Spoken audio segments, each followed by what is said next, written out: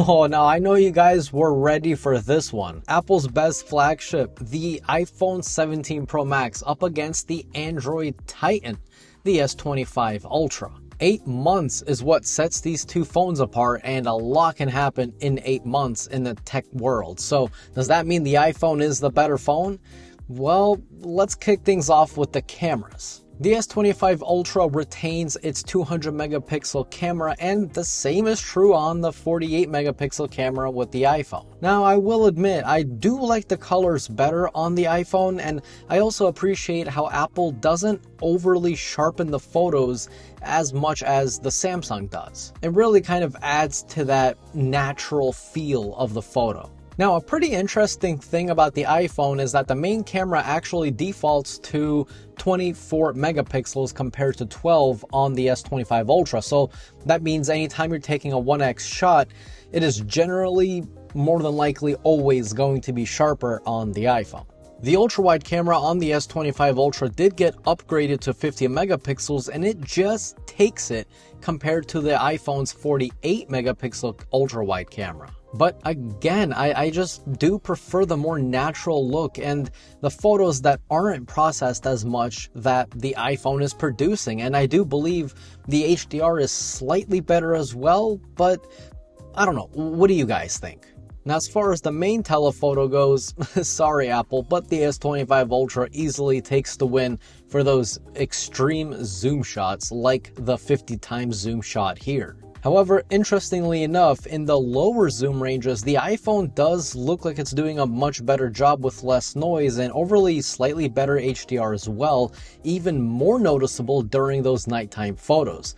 The difference is striking. The iPhone is doing a much better job in low light. The S25 Ultra also does have a second telephoto camera, which is the 3 times zoom, but it's just 10 megapixel sensor, so you're not really going to be expecting crazy good quality here. As far as the selfie cameras go, I believe the iPhone here wins. Maybe not in terms of quality, although I will leave that up to you guys, but more so because of the ease of use and comfort. The iPhone now has an upgraded square sensor, which means you don't actually need to turn the phone horizontally to take horizontal selfies. It can automatically switch based on how many people you have in your photo, or it can be manually activated by a single press on screen. This is super good because no longer do you have to hold your phone horizontal and have half your arm looking all weird being in the shot, because now you can just hold your phone normally like you normally do, and your arm is obviously not going to be in the shot. So it just makes for a much better photo taking experience. Now we move on to video, and weirdly enough, Apple didn't really change much, at least not for the average consumer, and honestly, I'm not really surprised. I do still believe iPhone delivers the best video when it comes to the competition. Yeah, the S25 Ultra can record in 8K, but it crops in a little bit and the stabilization takes a hit, so really it's not all that. As far as 4K 60 is concerned, or even 4K 120, the iPhone takes the lead here. Build quality is an interesting one here because Apple actually ditched titanium and went back to aluminum, whereas the S25 Ultra is using titanium. Huh, Samsung, you didn't see that one coming, did you? Aluminum is supposed to be a whole lot better at moving heat away from sources. Clearly, I'm not an engineer, but it is doing a much better job, or at least it does do a much better job compared to titanium when it comes to overall heat management. And that's something that I've noticed. This phone, well, in general, where's my iPhone? Yep, here's my iPhone 16 Pro Max. This thing gets hot for, it almost seems like for no reason. This, on the other hand, is doing a much better job. And that's also because thanks to its built-in vapor chamber, for the first time ever, an iPhone with a vapor chamber. What? That's insane. I never thought this day would come, but I certainly am happy that it did. But of course, the downside to aluminum is that it scratches super easy. In fact, it didn't look too hot in that scratch test. Annoyingly enough, this is like the first iPhone that I want to use without a case, and now I kind of have to use a case because I don't want this thing looking all chipped in a couple weeks. The company that I've been personally using for the past 4 years, it feels like, is Taurus, and this is their Q3 Air case. So obviously not only is scratch protection gonna be a plus, duh, but the drop protection will be as well because of its corner airbags, which help dissipate the impact. But as always, Taurus cases, as you guys may or may not know, they're not just a case. It's kind of like a multi-tool. Because yeah, it's a case, but it's also Qi 2.2 capable, and the ring pops out into a kickstand that you can rotate 360 degrees, which is kind of perfect for the new selfie camera upgrade that the iPhone got. And since the ring can go out in multiple areas, you can just use it as a pop socket, so you don't drop your very expensive shiny new toy. Taurus, of course, also has you covered with their anti-glare screen protector, which isn't only the first anti-glare screen protector with full 3D coverage, but it's also probably the easiest screen protector to put on. You just clean the phone with the provided supplies, and then you place the phone into the tray and use the dust stickers to make sure the phone is free of dust. Then you just take out the screen protector and align it with the phone by locking it into place by the pull tabs. Once you've done that, just pull the arrow all the way out and then use the squeegee. There you go, all done. And now you have a solid screen protector that's less than 0.8% reflective.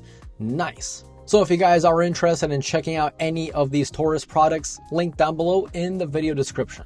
Now, luckily, since the S25 Ultra does not have aluminum, it's held up tremendously well with absolutely no scratches anywhere. Now, this is obviously a game of choice. Sometimes you can drop your phone from this high off the ground and it just shatters completely into a million pieces, because that's what happens.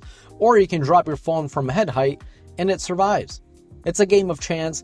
Both of these phones can and will crack if dropped by chance.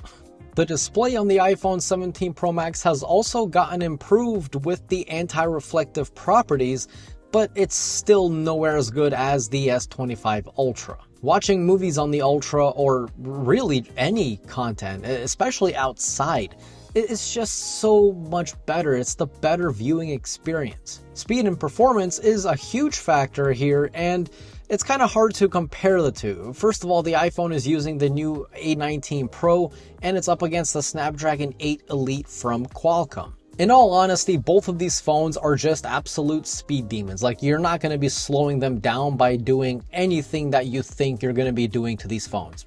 I hope that makes sense. The A19 Pro in the iPhone is of course a monster, but so is the 8 Elite. What I think matters more, and what I think a lot of you should also think matters more, is the features. I mean, yeah, a phone can be super fast, but are the features any good? And here's where the Samsung takes the easy win. The AI this phone is packed with, it's not only here and working, Apple, but damn it works crazy good. Even comparing something like Object Eraser on iPhone versus the S25 Ultra, it's a night and day difference. You can even recreate the photo to how you like it, how you want it. It's your photo, do what you want with it, and that's something that just cannot be done on iPhone. But going ahead and putting AI aside, both of these phones, during day-to-day activities, I mean, it's even funny to talk about. They're speed demons. They're going to be lasting you a long time. What's more impressive is the RAM and battery capacity. Now, I say this because iPhones were always known for having lower battery capacity and lower RAM than Samsung did. I mean, always. This was history. It was just always a fact. But now, for the first time ever, that's not the case. Both the Samsung Galaxy S25 Ultra and the iPhone the iPhone 17 Pro Max, both of them have 12 gigabytes of RAM. That's why I said 12. I was just ahead of myself. Oh, okay. I was a little worried. I thought I was having a stroke. But anyway, yeah, they both have 12 gigs of RAM, which is wow. But the crazier thing is that the iPhone, I repeat, an iPhone has more battery capacity than Samsung's flagship phone. That's even wild to say out loud. 5,088 milliamp hours compared to 5,000 milliamp hours. Hey, I didn't say it was a huge lead, but it's a lead nonetheless. However, does having a higher battery capacity mean that the phone's always going to be lasting longer? No, but it does depend on optimization. So if the phone is optimized properly, then yeah, we can see a phone that can outlast another phone that has a higher battery capacity, which is something that we've seen before from an iPhone, actually. If iPhones have, like I said, have had lower battery capacity than Samsung's, but we've also seen iPhones outlasting Samsung's. What can I say for certain is that both of these phones are going to be lasting you throughout the entire day, no problem whatsoever. In fact, I would go ahead and say both of these phones, if used light to medium, are going to be a day and a half long phones. That's pretty impressive. What about the charging speed? Well, both phones take the win. And again, this is very strange for me to say, but the iPhone is catching up to the Samsung Galaxy whenever it comes to charging speeds. Now, I've seen the iPhone 17 Pro Max charge as high as 37 watts compared to the 45 watts on the S25 Ultra.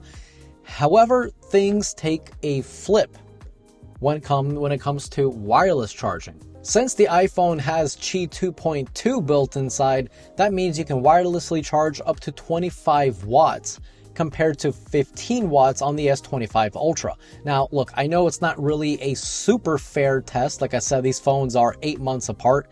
A lot can happen in 8 months. But if I'm willing to bet the next S26 Ultra, these names are getting confusing, will more than likely also have Qi 2.2. But we'll see. I could be wrong. In fact, I probably am, but we'll see. The S25 Ultra has the S Pen, which I'll admit was more useful when it had Bluetooth. It's nice to have, but I see fewer and fewer people using it. I don't really use it all that much, but it is nice whenever I need to have like a document signed. I don't have to use my fat finger to do so. So you do get that convenience. On the iPhone, we have nothing. Nothing comes out. So there's a win for the S25 Ultra. Honestly, if I had to pick between the two, it would be so hard because like the cons of the iPhone are the pros of the S25 Ultra, and the cons of the S25 Ultra are the pros of the iPhone. Like they both just trade places left and right. But if I had to pick, and I mean absolutely had to, I think I'm going for the S25 Ultra. Not only is it dramatically lighter than the iPhone 17 Pro Max, I believe it's like 218 grams versus 233 grams. That's a chonker. This is a chonker. But not even because of that, but because the battery, although it might not be as good as the 17 Pro Max, it's still crazy good. And the anti-reflective display that's actually doing its job better. But I am very impressed, and again, I can't believe I'm saying this, I am very impressed with the new iPhone. It is truly upgraded. It's been upgraded a whole lot more than previous iPhones ever were, in my opinion. So, I mean, like I said, the new addition of the vapor chamber, it's not a gimmick. It actually does help keep the phone cool, and that's something that I've noticed day to day. Even while charging the phone, it just doesn't seem to get as hot in one certain area, which is good. That means the vapor chamber is doing its job. But I just wish, I don't know, I just wish the AI was a bit better. Like, where are the fun features? Like, what does Apple have in terms of AI that makes me want to use it? You know what I mean? I just haven't found that yet. But what do you guys think? Which of these two phones takes a place in your heart? Let me know down below. Is it the S25 Ultra or is it the all-new iPhone 17 Pro Max? If you guys enjoyed today's video, definitely click that like button. It's free for you, but it helps me and the channel out a lot, and I always truly appreciate it. And if you're new here and you like no BS tech reviews, definitely subscribe. As always, this was Mark from Mark's Tech. Adios.